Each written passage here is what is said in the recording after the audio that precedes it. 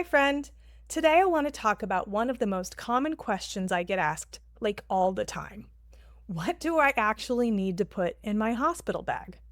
And I'm going to give you the simplest, most honest answer I can.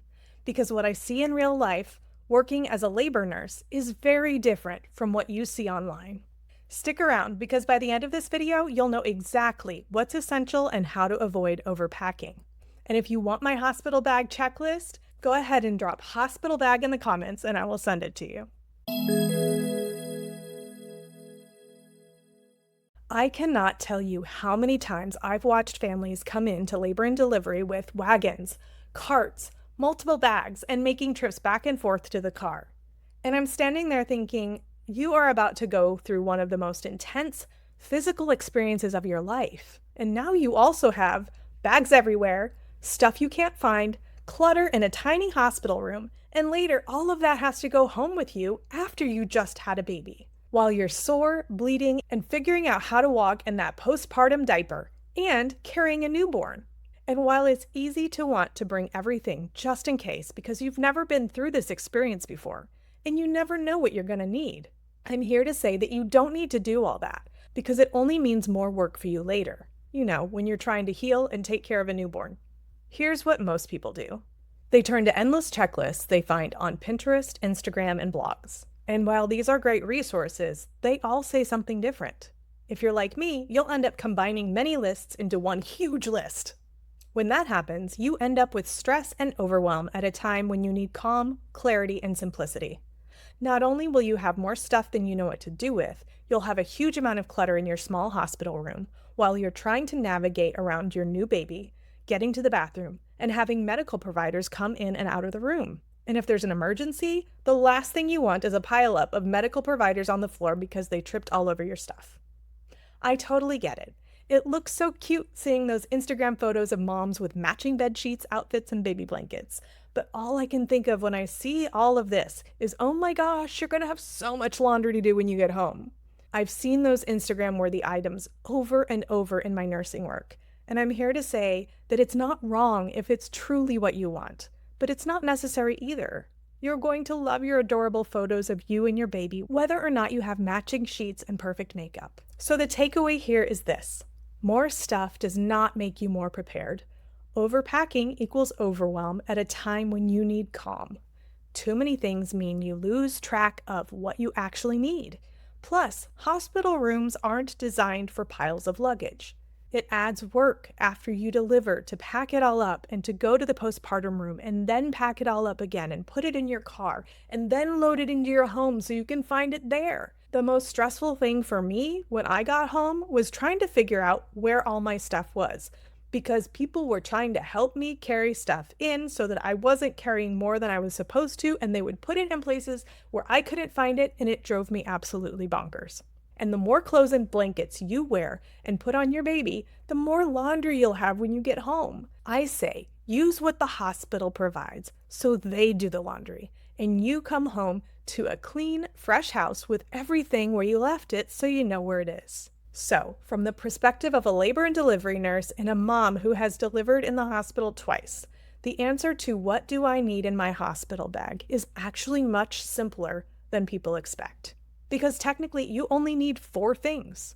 You, your ID, your insurance card, and your phone. And quite frankly, the only thing you truly need is you, because you don't need those other things to deliver your baby.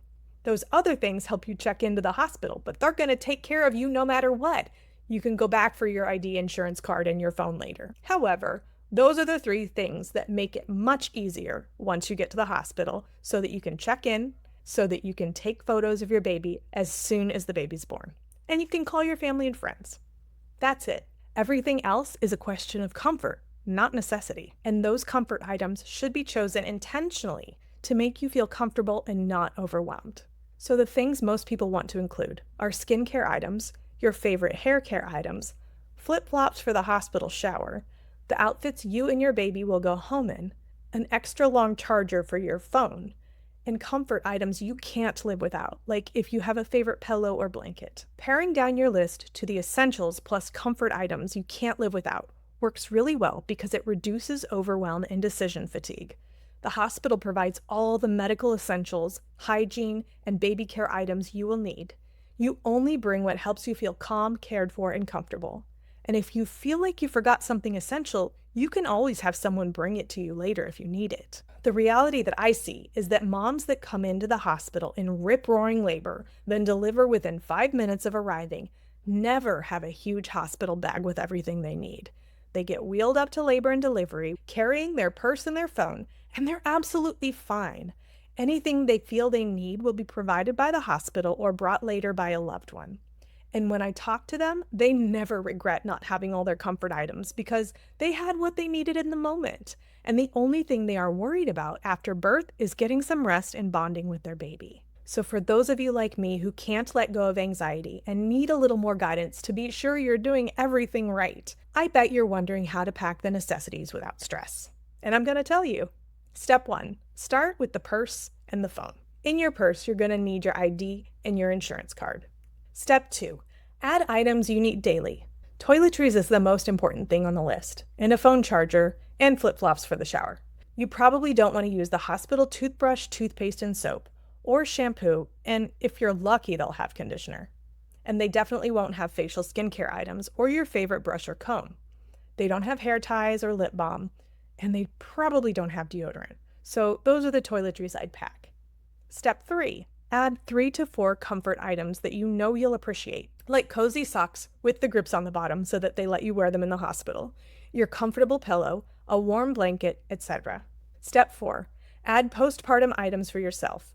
A nursing bra is the main one, plus the clothes that you're going to wear home. Step 5, add the baby items. The going home outfit for the baby and a blanket. The car seat can be brought on the day of discharge, but make sure the base is pre-installed. Side note, usually when people ask about the hospital checklist, they have a specific item in mind that they want to know if they will need or not. If it's a need, you can call labor and delivery at the hospital and ask if it's provided. If not, you'll want to bring it yourself. If it's a want, you want to ask yourself if it would cause great stress if you went without it for up to 5 days. So, let's recap. The essentials are your purse with your ID and your insurance card plus your phone. Everything else is optional comfort. The goal is calm and comfort, not clutter. When you sit down to pack your bag, start with the essentials and then add just the things that you know will help you feel more relaxed. And when it's time to think about your hospital bag, remember, it's not about packing everything. It's about packing the right things for you. Drop hospital bag in the comments if you want my hospital bag checklist, and I'll send you the link. And drop in the comments, what's one thing you've heard of people packing for labor and delivery that made you go, oh, I never thought of that? Thank you so much for being here with me today. I truly believe that if this episode found you, it's for a reason. If this conversation supported you, helped you feel more prepared, or gave you a new perspective, take a moment to subscribe and leave a review so that other moms can find this support too. And if you're looking for a simple way to feel more clear and confident going into your birth, you can download my free birth plan workshop at kellyhoff.com. That's KELLYHOF.com. I'm so glad you're here.